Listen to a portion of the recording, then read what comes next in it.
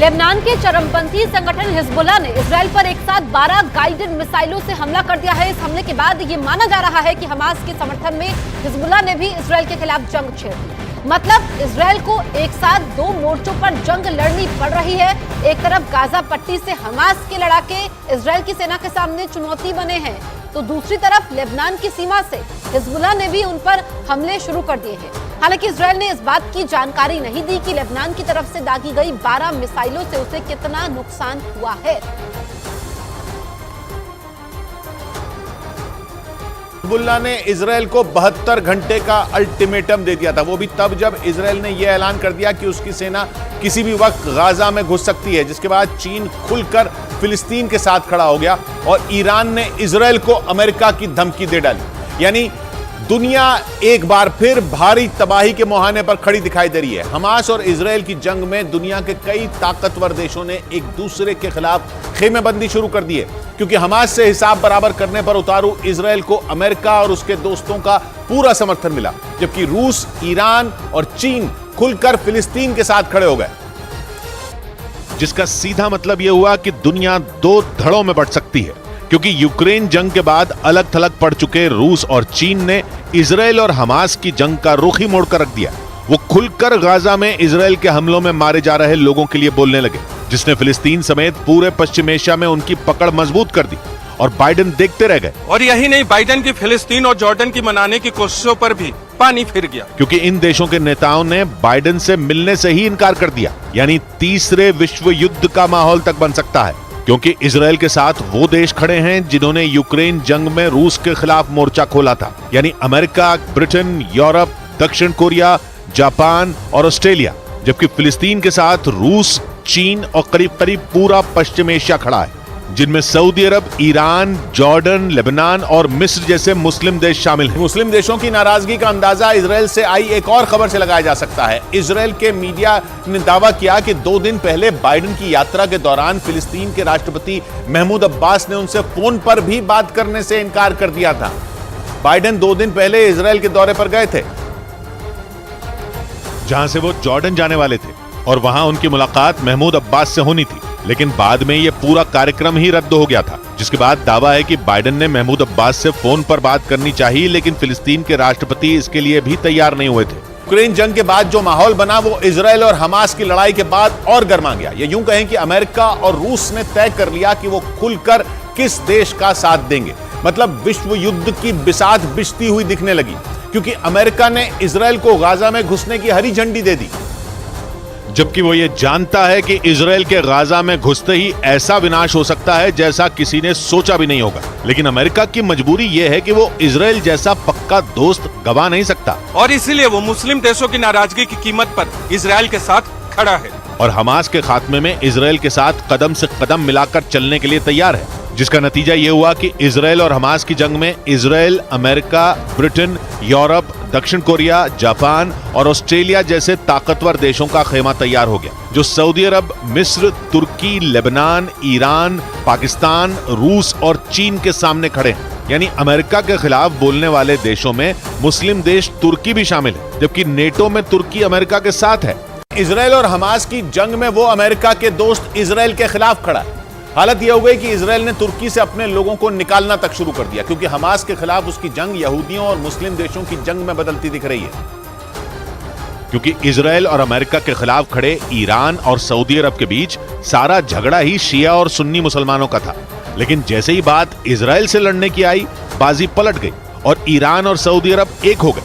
और अमेरिका की पश्चिम एशिया में पकड़ ढीली पड़ती दिखी, क्योंकि आज की तारीख में पश्चिम एशिया में उसका केवल एक ही दोस्त है, और वो दोस्त इजरायल है, जो हर तरफ से मुस्लिम देशों से घिरा है, क्योंकि इजरायल की सीमाएं मिस्र, जॉर्डन, सीरिया, लेबनान और फिलिस्तीन जैसे देशों से लगी हैं, और ये सभी देश मुस्लिम हैं, जहां अमेरिका का किसी न किसी तरह से दखल है। यहां से वो पश्चिम एशिया में ईरान को पैर फैलाने से रोक रहा है, लेकिन हमास और इजरायल की जंग के दौरान ईरान ने अमेरिका और इजरायल के खिलाफ ऐसा माहौल बनाया कि अमेरिका की पश्चिम एशिया में सालों पुरानी पकड़ कमजोर पड़ गई,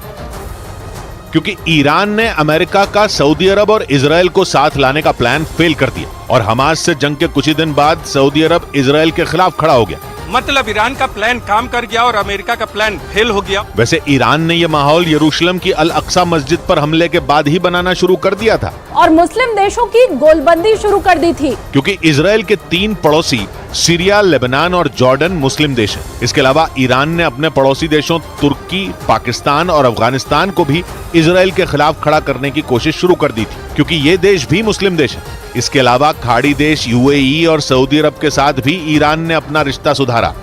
जैसे ही हमास से इजराइल की जंग शुरू हुई, ईरान खुलकर मैदान में आ गया और दुनिया 2 टुकड़ों में बंटने लगी, क्योंकि ईरान ने इजराइल को गाजा पर हमले रोकने की चेतावनी दी और उसे धमकी दी कि अगर इजराइल ने हमले नहीं रोके तो फिर हर मोर्चे पर जंग शुरू हो सकती है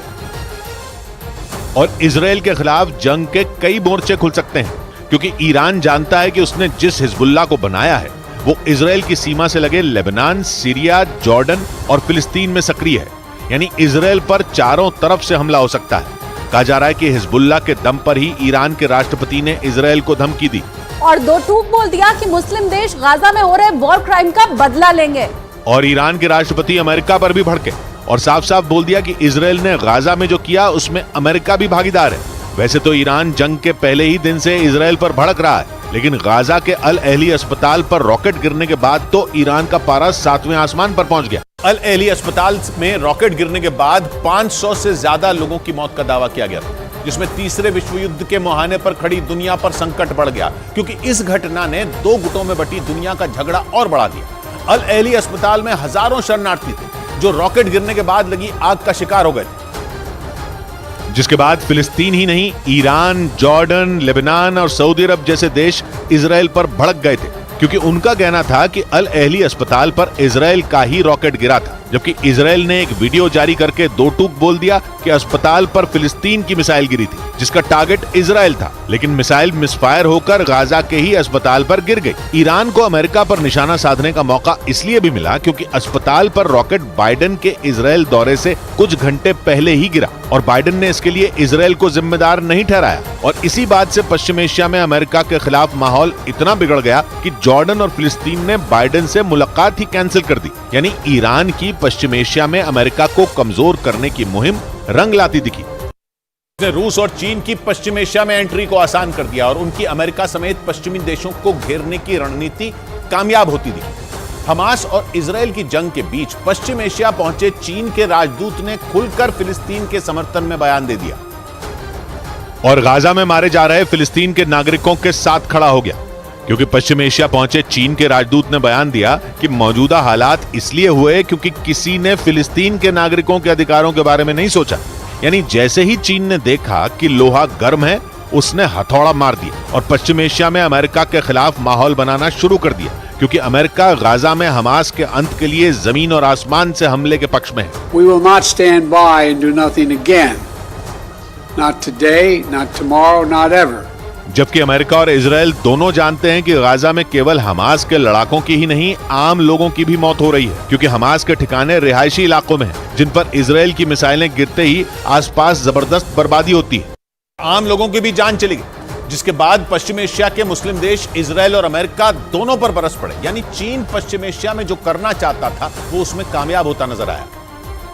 क्योंकि चीन अमेरिका को कमजोर करने के लिए पूरे के पूरे पश्चिम एशिया को इजराइल के खिलाफ खड़ा करना चाहता है, जिसके लिए उसने ईरान को हथियार बनाया और सऊदी अरब और यूएई से उसकी दोस्ती करवाई। यानी चीन ने पश्चिम एशिया में घुसने के लिए ईरान को रास्ता बनाया और ईरान ने इजराइल के 3 पड़ोसी सीरिया, लेबनान और जॉर्डन को अपने साथ खड़ा कर लिया। यानी पश्चिम एशिया के ये देश चीन की विस्तारवादी नीति का हिस्सा बन गए, जिसमें यूक्रेन से जंग लड़ रहे रूस ने भी उसका साथ दिया। लेकिन हमास और इजराइल की जंग छिड़ते ही पिक्चर बिल्कुल साफ होती नजर आई, क्योंकि ये साफ होने लगा कि दुनिया 2 हिस्सों में बंट चुकी है। एक धड़ा है जो अमेरिका और इजराइल के साथ है, दूसरा धड़ा रूस और चीन के साथ।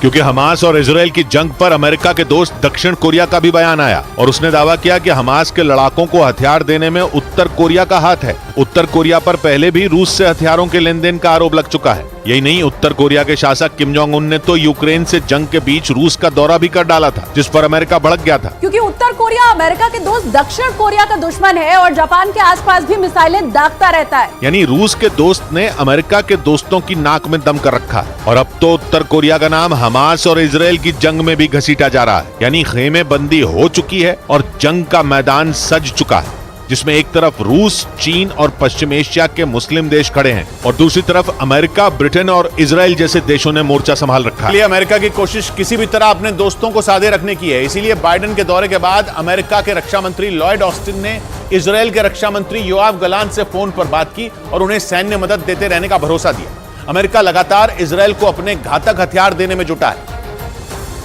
और इसके अलावा उसके 3 जंगी जहाज भी भूमध्य सागर में इजराइल की मदद के लिए तैयार हैं। खबर है कि इस बातचीत में अमेरिकी रक्षा मंत्री लॉयड ऑस्टिन ने योआव गलांट को यह भरोसा दिया कि जल्द ही इजराइल के लिए खतरनाक हथियारों की बड़ी खेप भेजी जाएगी।